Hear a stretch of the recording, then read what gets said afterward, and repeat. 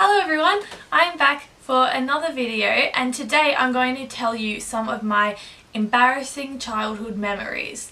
So this is probably going to be very embarrassing for me but entertaining for you, so here we go.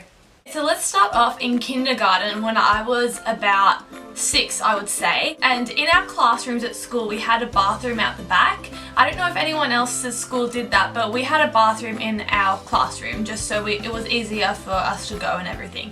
So during class one time I went to the bathroom and it was on a sports day, so I was wearing a skirt. Most schools in Australia have uniforms, so I was in my sport uniform, and for girls back then it was the skirt.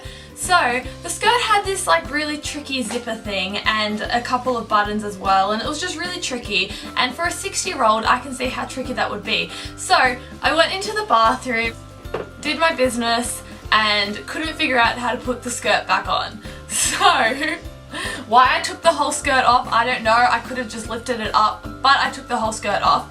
So I walked back into the classroom holding my skirt and I said something like, "I can't do it up." And the whole class was laughing at me, and yes, it was a co-ed class. So yes, all of the boys saw me in my underwear.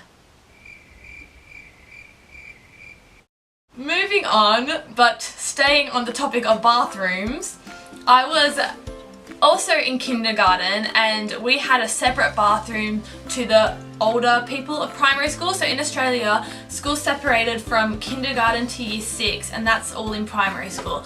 So the year 6 back then, they looked so old and so big, like they were the big girls, and one of them came into our junior bathrooms.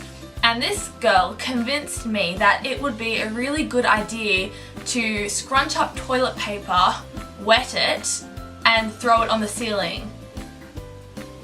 So, of course, being my 6-year-old self, I wet the toilet paper, scrunched it up, threw it on the ceiling, and did that multiple times. And if you've ever done that before, it sticks. So it makes this like really ugly, gross, dripping white stuff from the ceiling. And I did that for a while with her, and I think one of my other friends was there too. I can't remember who, but yeah, we did that, and then eventually we got caught by a teacher and I was the one who had to sweep it all up.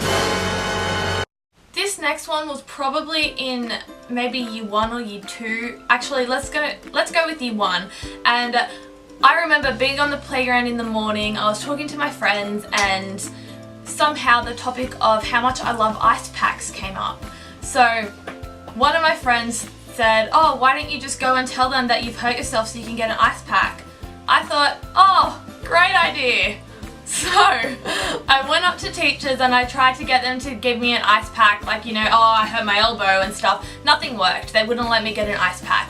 So I went to what any normal kid would think of, and I bit myself. So I bit myself on my hand, and when I didn't want to hurt myself, so I did it really gently, and I had to keep on biting it so there would be teeth marks because it wasn't working.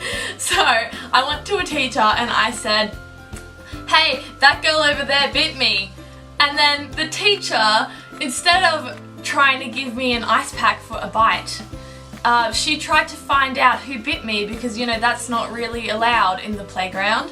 So I got scared and I ran away from that teacher. Then I went up to another teacher and told her that my sister bit me, which is obviously a lie.